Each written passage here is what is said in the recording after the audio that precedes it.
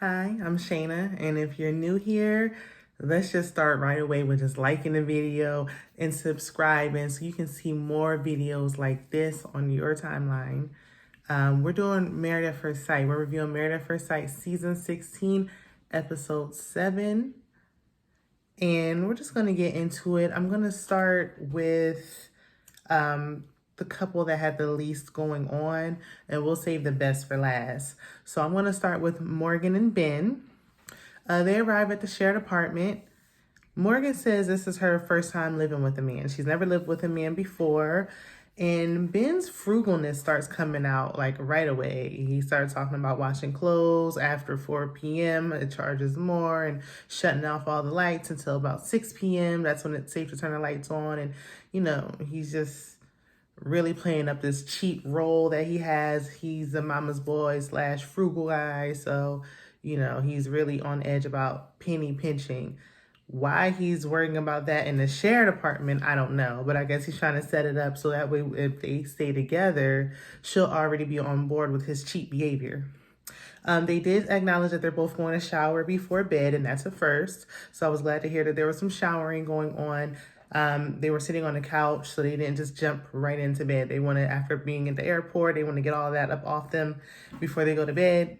He shuts off all the lights, even though it's nighttime and pitch black. And she's like, wait a minute, I'm showering with the lights on. So they move on. They go to Morgan's place the next day. And Ben is just looking at her espresso machine, and he's looking at everything she has plugged up, and he's seeing all the electronics and everything. And he's like, man, I wonder how much this costs every month. How high is your electric bill? Then he starts asking questions about her cat and how often the cat uses the litter box. And does the cat for sure use the litter box every time? And she's like, what is this about? Like, it's not a dog. The cat uses the litter box. The cat can go to the litter box when it feels like it. So I'm like, okay, are you just grasping at straws with trying to find conversation? Why are we asking about a cat using a litter box? Even if you've never had a cat, everyone knows how cats work. You don't have to babysit them. They go when they feel like going. So Pastor Cal visits, and he asks about the issues on the honeymoon, and Morgan's really just acting like he betrayed her. She can't trust him because he's loose-lipped, and he was going around telling Justin everything. He's apologizing and begging for her forgiveness, and he's apologizing for telling her lie. Like, we forgot that she lied. She still didn't acknowledge that she lied. That's the whole point. She lied initially. We would have never got here. She didn't tell the lie. She says she has trust issues because of her daddy issue. That ultimately causes her not to be able to trust people. But I wonder what causes her to lie. So we move on. We're going to do Lindy and Mitch. Lindy is discussing her and him going to the shared apartment. Oh, I said Lindy and Mitch. Lindy and Miguel. Lindy and Miguel. I'm sorry. Lindy and Miguel and Mitch and Kristen didn't really have much going on tonight. And honestly, the episode, if you ask me, was a little bit underwhelming. They're just getting to the shared apartment, so we're not really getting into too much drama yet. But it didn't need to be 2 hours. It could have been a 1 hour episode. It's late and I'm tired. But Lindy and Miguel. Lindy discusses her cat. We didn't see the cat this episode, but she discusses that she does have a cat. I don't know why she didn't bring the cat to the shared apartment yet. Maybe she did. They just didn't show the cat. Miguel jokes and says, like, I'm not around cats. I'm allergic. Because she's like, do you take Benadryl or what do you do? And he says, I just don't spend any time around cats. But he was joking. He was just pranking her. He really doesn't have an allergy to cats. She was about to panic. So I'm glad he didn't let that drag on too long. And then he mentions decision day yet again. And I'm quite frankly tired of hearing about it. I can't imagine how she feels. Why are we still bringing up decision day? It's, 8 days in? This is day 8. You've been bringing up decision day every day. So she says she never wants to discuss it again. He's really affecting her anxiety in my eyes. She just doesn't want to discuss it anymore. And I wouldn't either. He said he'd never want to. And she said no. Now, I would say ordinarily you should discuss it when it gets close, but he's talked about it so much now that I don't blame her. So Lindy goes to Miguel's home. She loves the home. She's giddy and excited, like a little girl having a schoolgirl crush or something. She's happy. It doesn't matter what he's saying. She's just laughing and excited because, you know, this is real. Uh-oh, my earring coming off. You know what? Don't listen to TikTok. I made a TikTok about this. I won't wear knockoffs besides the earrings, and these knockoffs is knocking off. None of y'all trying to sell it for $25 on Amazon when these earrings should have been $1. But that's, let me not go off on a tangent. Go ahead, check out my TikTok, same name, Shayna_MCD, if you want to hear about my experience with these earrings. Anyway, she's at the apartment and he says, I gotta go to the bathroom. And he puts on his Dungeon and Dragon costume and she just thinks it's so cute. They're flirting as well. They already had sex, so they can, you know, there's a little bit of sexual innuendos and jokes. I'm wondering, does he watch that thing? But she thought it was cute, and I think he liked that she didn't judge him on the costume. So I think that made him feel a little bit more comfortable.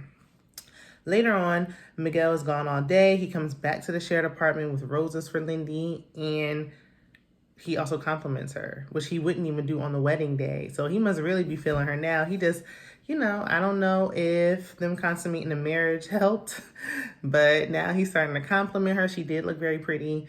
He's bringing flowers. He's cooking her dinner. And he said he can see himself. She has all the components for him to fall in love with her and vice versa. So, you know, basically he can see himself falling in love with her. They change decision day to vow renewal day. So they're no longer going to call it decision day.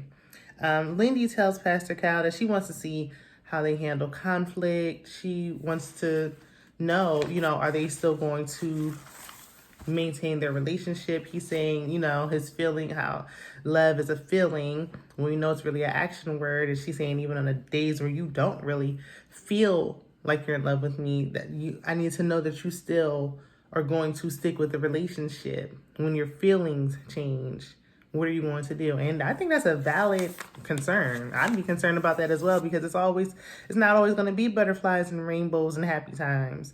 And what are you going to do when it's not? But I think her concerns are valid. He's not reassuring her. He hasn't really reassured her besides the vow renewal day. But other than that one comment, I haven't heard him give her any other reassurance, and she needs a lot of it. So now we move on to Kristen and Mitch. Sorry, Mitch, I was jumping the gun on the last one. Now's your time to shine. We get to Mitch's apartment. You know, first we stroll in, and it looks like what I expected. Surfboards everywhere and near the beach, and he shows a bike that they can ride on. So I'm thinking, okay, that's what I thought it would look like. They also show his bathroom, and I'm like, oh wow, filthy. Then I'm like, he said he washes plants and like does other things in the bathtub. So okay, but then we get to the kitchen, and the stove is disgusting, and Kristen's not feeling the filth. She's not liking it. It's filthy. It was making me itch. There's a whole room full of just cluttered and junk. She didn't like it. Now, earlier on, they were at the shared apartments. And I'm like, okay, the budget must have increased a little bit because the apartment looks nice. And they've been looking nice for the past few seasons. But they always had that small bed. And now they have a king-size bed. So they got a king-size bed, JamesAllen.com engagement rings on.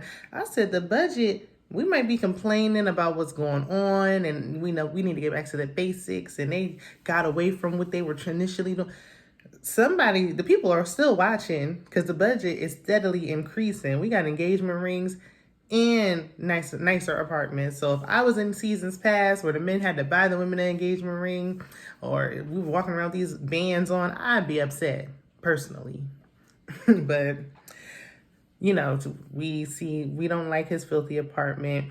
We go to Kristen's apartment. She has a nice, cozy studio apartment. Nothing really exciting to see. The main issue was the dog, Luna. She said Luna has stomach issues and breathing problems. And, he's just saying You know, his only concern is that the dog pants, and she just breathes so heavy. She pants. She pants. She breathes heavily. She said her nose gets all congested and everything. And he said that would be like teaching him how to have a child. So Mitch said later on in the episode, tells Kristen that living together has been easy. Mitch says he's never been in love as an adult. He's never had that real love, maybe some puppy love when he was younger, which at 41 it could be a red flag for some. Kristen is on the other end of the spectrum, and she says she falls in love easily. She's always falling in love. She even said tonight that she knows she'll fall in love with Mitch. How do you know that? He's just started being nice to you. So she goes, and I guess because he's been nice to her for a few days, she writes this heartfelt, long, lengthy paragraph inside of a card, and she gets him some gifts, and then she says, I'd be fine with consummating the marriage tonight. And so they did, but I'm like, in my opinion, I feel that they've done that already. I think they already consummated the marriage, and that's why he was so happy.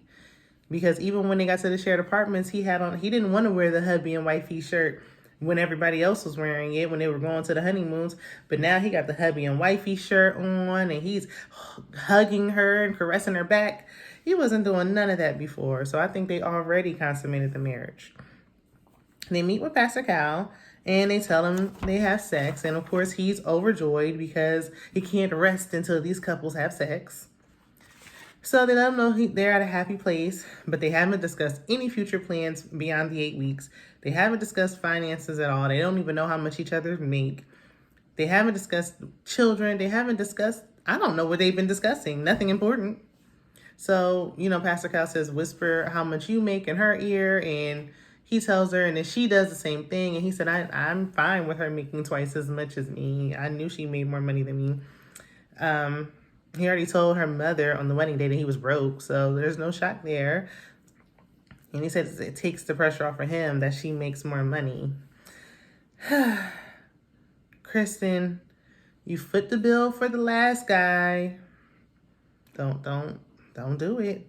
Don't do it. Tell him that, there's other ways to get other streams of income, DoorDash on the side or something. I don't care if your check, you're going to take something out of that check and help these bills.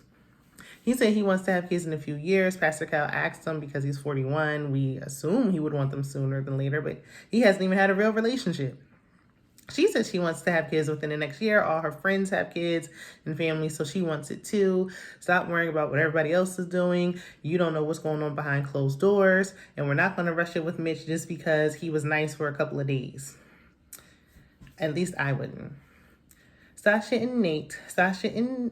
She tells Nate no shoes in the shared apartment. They get in there. She said, don't have them shoes on in this house. They immediately go to the bedroom and flop on the bed with their outside clothes on. And then they're like ruffling with the covers and everything. And I'm like, no shoes on the floor, but the bed. Oh, the bed. You can have on the clothes you had on at the airport, on the bus to the airport, on a ride from the airport to the apartment. Those clothes is fine. They can be on the bed. Okay. Well, at least we know Ben and Morgan are showering. So there's that. The next day, Nate has left the toilet seat up. Sasha has an issue with it, so she's going to have to get him together. We get to Sasha's home. It looks like a model home, untouched, just as she said it would. And she was saying that she really wanted a $700 espresso machine. She already had a coffee maker, but she didn't want that. She wanted the espresso machine. And he said, it's ridiculous to spend $700 on an espresso machine. How much do you spend a day? She spends twice as much getting some coffee from the coffee shop every day as she would on this espresso machine. But for some reason, he just is adamant about not spending the money on it. She has the money for it, so I don't even understand why this is a conversation, but okay. So we get to Nate's apartment. It's really nice. It has a really nice view. I think it looks nice for a bachelor pad. He's a single male. So to me, I thought from what we saw, it was fine. Yeah, he has some empty bottles of, some disinfectant spray and some cleaning spray. He has some towels in the corner in the closet. he's a single man. Like, I don't know. Everybody is not going to, you want to have children. My goodness. If you can handle some towels in the corner in the closet, whoo-wee, that OCD that I'm assuming she has, she's going to have to do away with that when she finally does have children. She's walking around, oh, it's dusty in here. Somebody might have took a drink out of the cup before, and it was just ridiculous. I would have rather heard about Ben talking about that electric bill, honestly. So Pastor Cal asked him if they're okay with finances. She said, he was in the range of what she asked for, so she's fine with it. He says, Pastor Cal asked about children, and he said he wants to make more before he has them. He makes $150K annually, and he wants to make $250,000 a year before he would even consider having any children. He's not comfortable right now with what he makes having children. They do live in California. It is expensive. Sasha says she makes $415,000 a year. So they're good. And Pastor Cal did make a great point that she's speaking about them versus him. He's saying, I don't make enough. She's saying, we are good. Even though she makes about 3 times as much as him. I don't know what she's doing, but girl, we need to have a spinoff just on how you got to the, I know she has some, rental properties, or she flipped a home or something, investment properties, and, her day job, girl, let us know. Especially living in California. Ooh, I was just thinking, I thought he just didn't want to have kids in 2 to 3 years. Now all of a sudden it's a financial issue. He just don't want to have children right now. And he needs to just put his foot down, because I feel like he's just using that as an excuse. You already said 2 to 3 years. Why didn't you say it was finances in the first place? You didn't have to tell us how much you made. So after Pastor Cal leaves, Sasha gets upset because she feels like Nate is just, surface level. He won't get deep when it comes to communication with her. She wants to go deep with him. How can she really get to know him when, he's not talking about anything of any substance?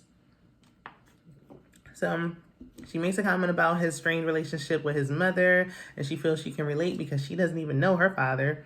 And he's saying he doesn't have any feelings. He can't talk about feelings he doesn't have. The woman's a stranger to him, so he doesn't have any feelings towards their lack of relationship. I do see his point. Everybody can't feel how you feel. It's affecting you because you don't, even know who your father is. He's met his mother. She was cold-hearted. And I think from there, he just kept whatever emotions he had bottled in. She had to let somebody come out when they're ready for that type of stuff. But I do agree that eventually we have to get past the surface level when we only got 8 weeks. Alexis and Justin. Now, this is where most of the drama was on tonight's episode. And it was surrounding dogs. This couple that was so in love, I think they about to take a turn now because of these dogs. Now, day 8 of marriage, Justin and Alexis are ready to get home to get to their dogs. So the next day, we get to Alexis' place.